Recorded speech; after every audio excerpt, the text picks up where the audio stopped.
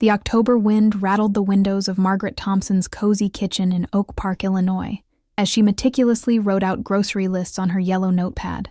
At 58, Margaret had spent the better part of 3 decades perfecting her culinary skills, transforming her modest suburban home into a gathering place where neighbors, friends, and family knew they'd always find a warm meal and warmer welcome.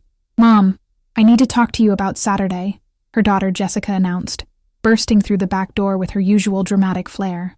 At 26, Jessica had inherited her father's sharp features, and unfortunately, his tendency toward selfishness, a trait that had become more pronounced since her engagement to Bradley, a pretentious investment banker from Lincoln Park.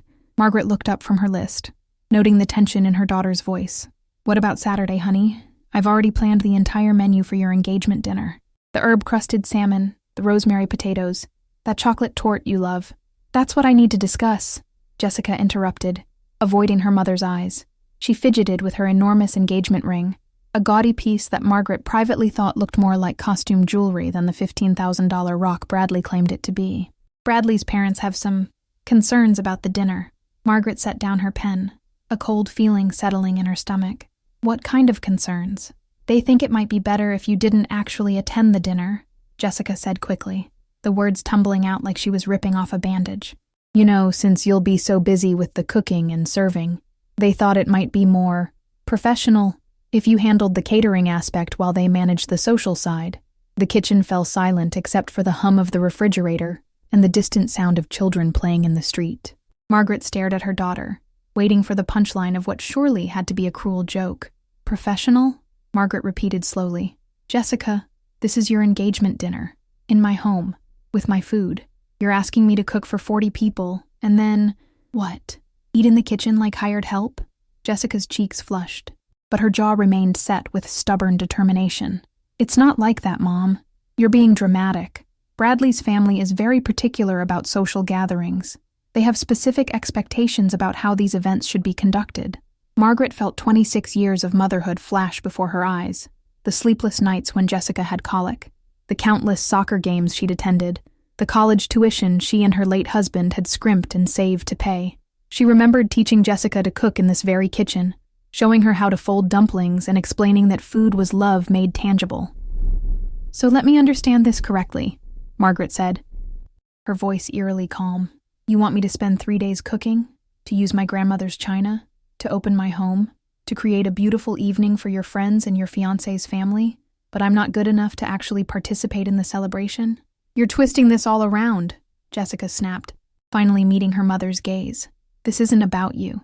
This is about me and Bradley starting our life together properly. His parents come from a certain world, Mom. They have standards." The word standards hung in the air like a slap. Margaret understood then that this wasn't really about Bradley's parents. This was about Jessica's embarrassment over her middle-class upbringing, her resentment that her mother was a retired elementary school teacher rather than a socialite, her desire to erase the humble beginnings that had shaped her into the woman she'd become. "I see," Margaret said quietly. "And what exactly makes me so unsuitable for their standards?" Jessica's silence was answer enough. Margaret could see it in her daughter's eyes.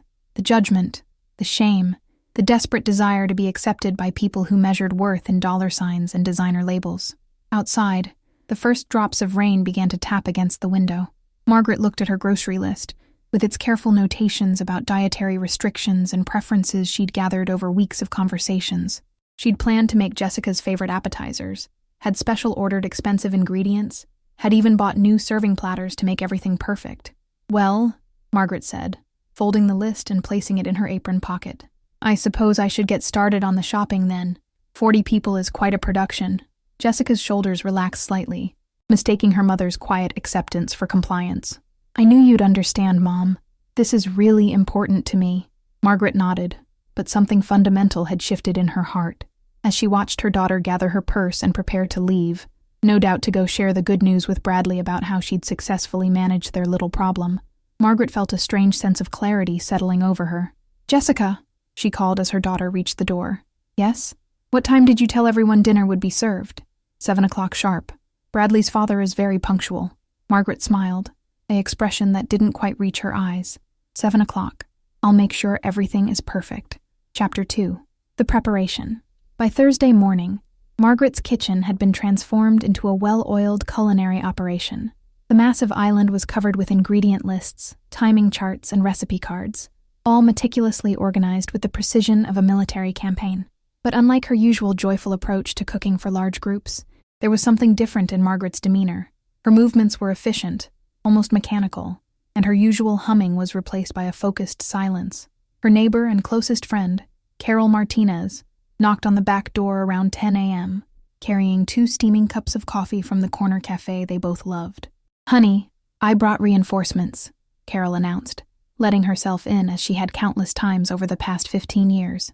At 62, Carol was a retired nurse with silver-streaked hair, sharp brown eyes, and an uncanny ability to sense when something was wrong. "You've been awfully quiet since Tuesday. Usually, when you're planning one of your big dinners, I can hear you singing from across the yard." Margaret accepted the coffee gratefully, inhaling the familiar aroma of cinnamon and vanilla. "Just focused, I suppose. 40 people is a lot, even for me." Carol settled onto one of the kitchen stools, studying her friend's face with the practiced eye of someone who'd spent decades reading people's pain. "Margaret Elena Thompson, I've known you long enough to recognize when you're putting on a brave face. What's really going on with this engagement dinner?" For a moment, Margaret's carefully maintained composure wavered. She set down her coffee cup with shaking hands and found herself telling Carol everything. Jessica's cruel request, the humiliation of being treated like hired help in her own home, the heartbreak of realizing how little her daughter valued her. Carol's expression grew darker with each detail. That ungrateful little... She caught herself, remembering that despite everything, Jessica was still Margaret's daughter. "Margaret, you cannot let them treat you this way. This is your home. She's my daughter, Carol. This is important to her. Important enough to humiliate the woman who raised her, who paid for her education, who taught her everything she knows about being a decent human being, though apparently that last lesson didn't take." Margaret sank into the chair across from her friend, suddenly looking every one of her 58 years. The past 2 days had taken a toll, and the stress showed in the lines around her eyes and the slump of her shoulders. "I keep thinking about Robert," Margaret admitted, referring to her late husband who had passed 3 years earlier after a brief battle with cancer.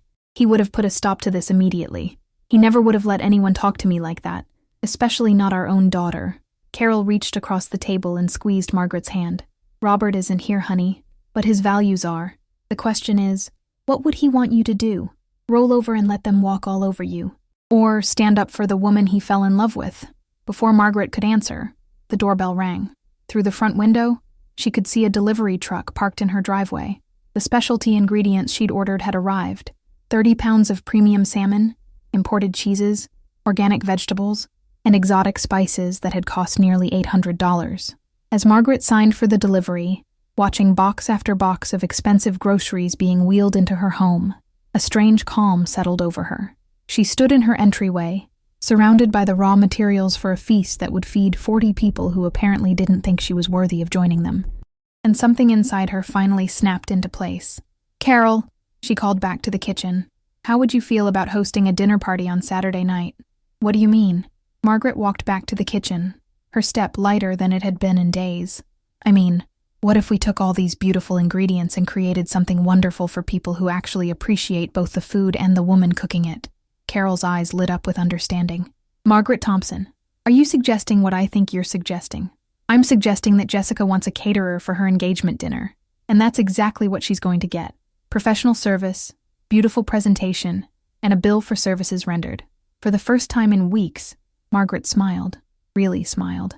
The plan that was forming in her mind was audacious, perhaps even vindictive, but it felt like the first honest thing she'd contemplated since this whole mess began. "We'll need to move quickly," she continued, her voice gaining strength with each word. "Can you help me make some calls? I have an idea for how to make this Saturday night truly memorable." Carol grinned, recognizing the spark of rebellion in her friend's eyes.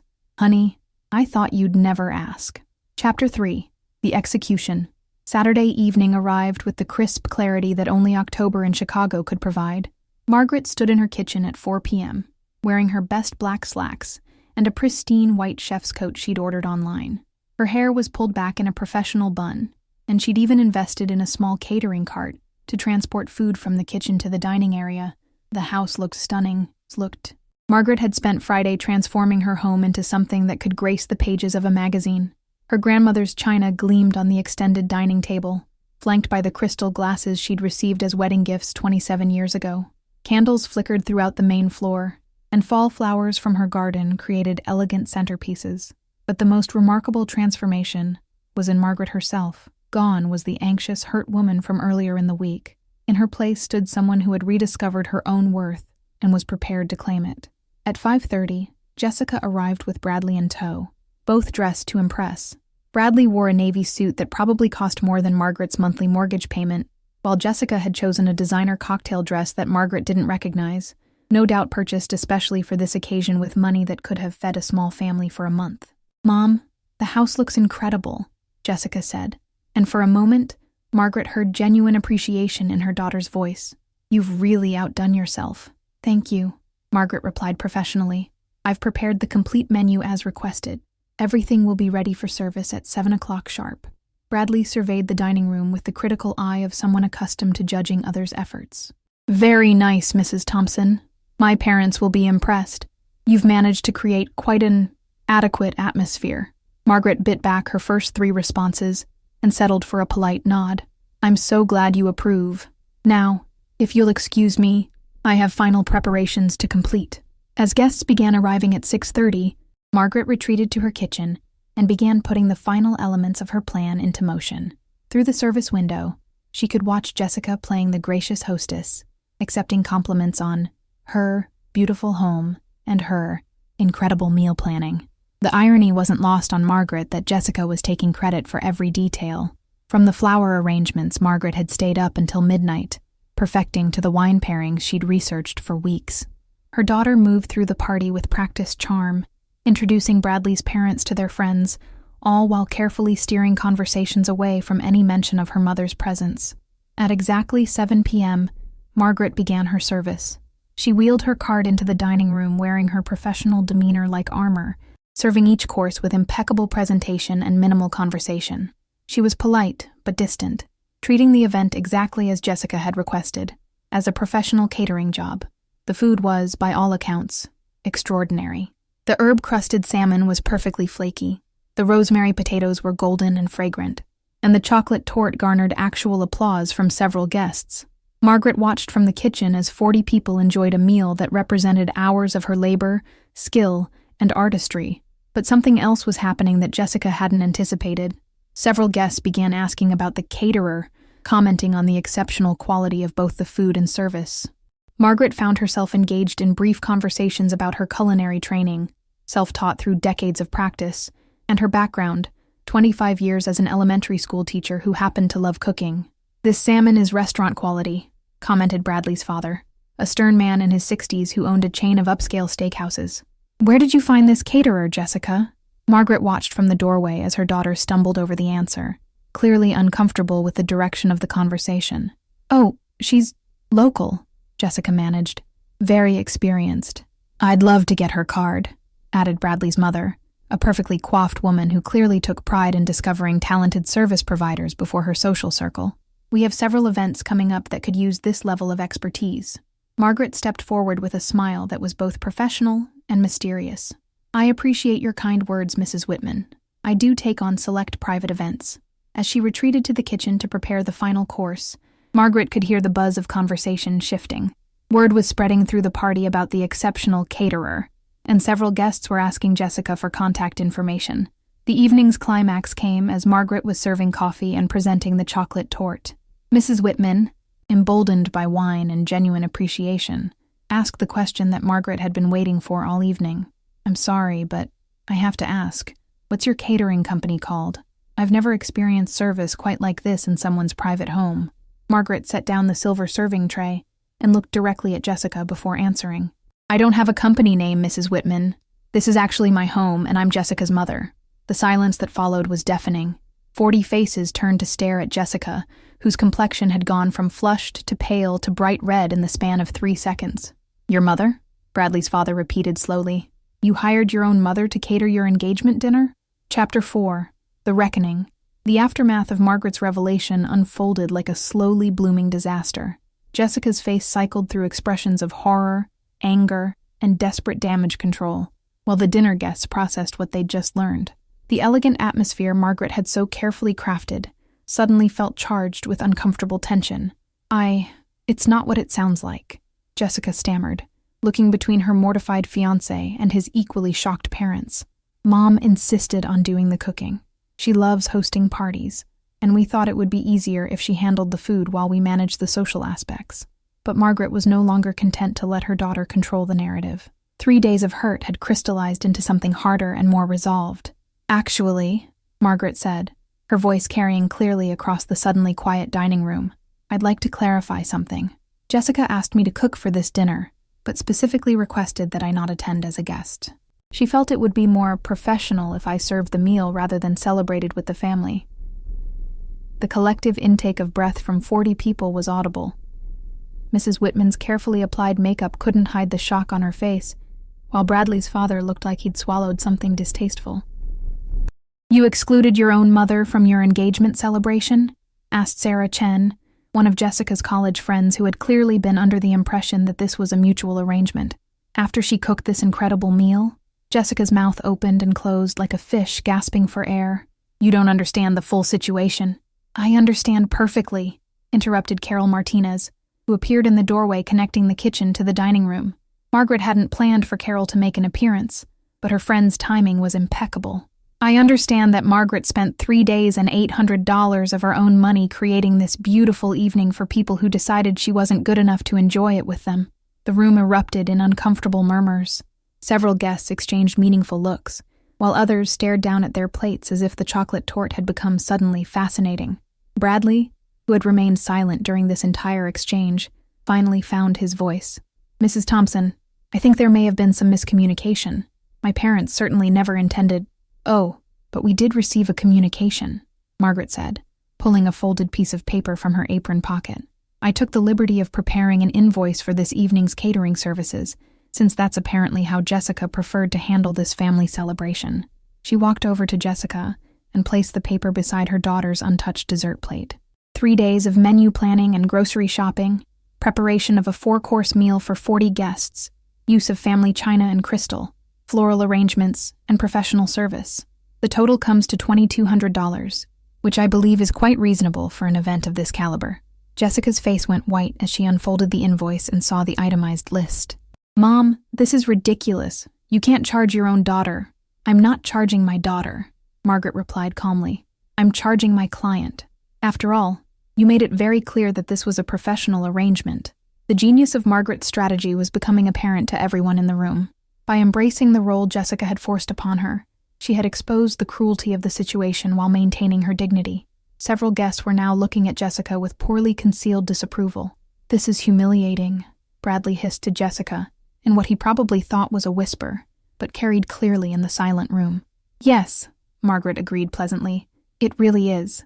Mrs. Whitman, who despite her social pretensions had been raised with certain standards of decency, stood up from her chair. Margaret, may I call you Margaret?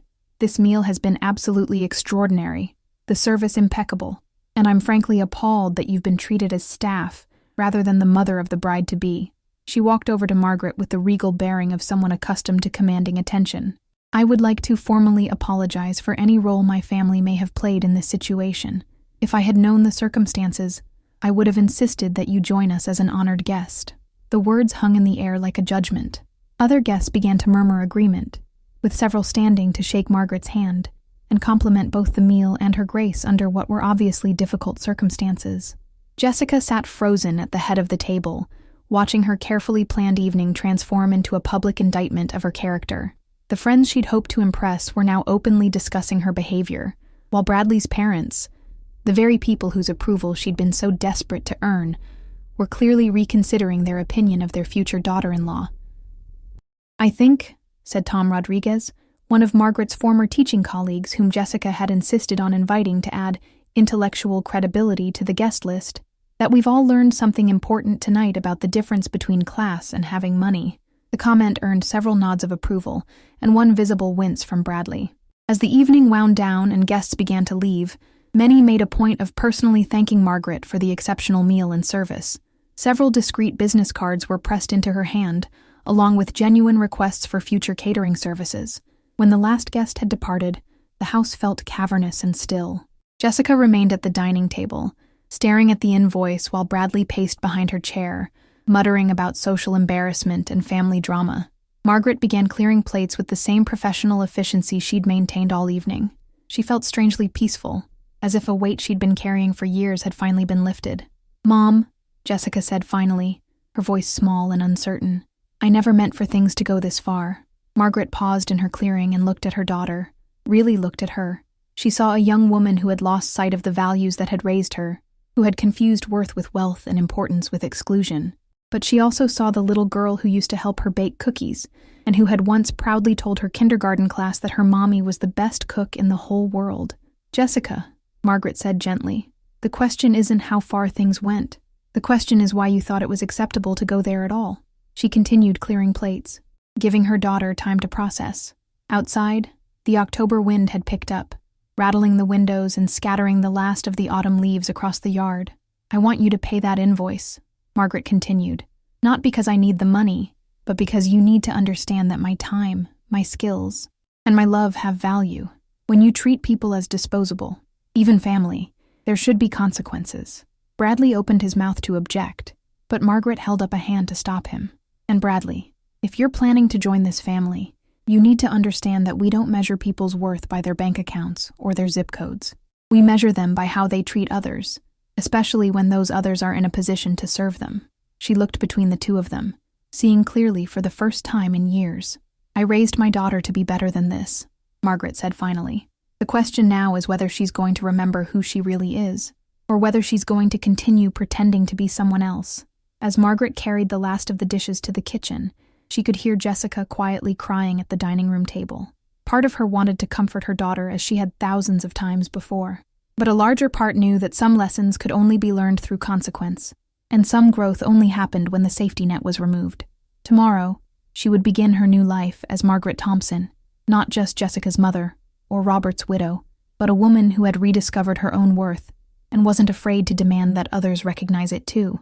The invoice would be paid. Margaret was certain of that. But more importantly, a line had been drawn, and everyone involved now understood exactly where they stood in relation to it. In the end, the dinner party had been a complete success, just not in the way anyone had originally planned.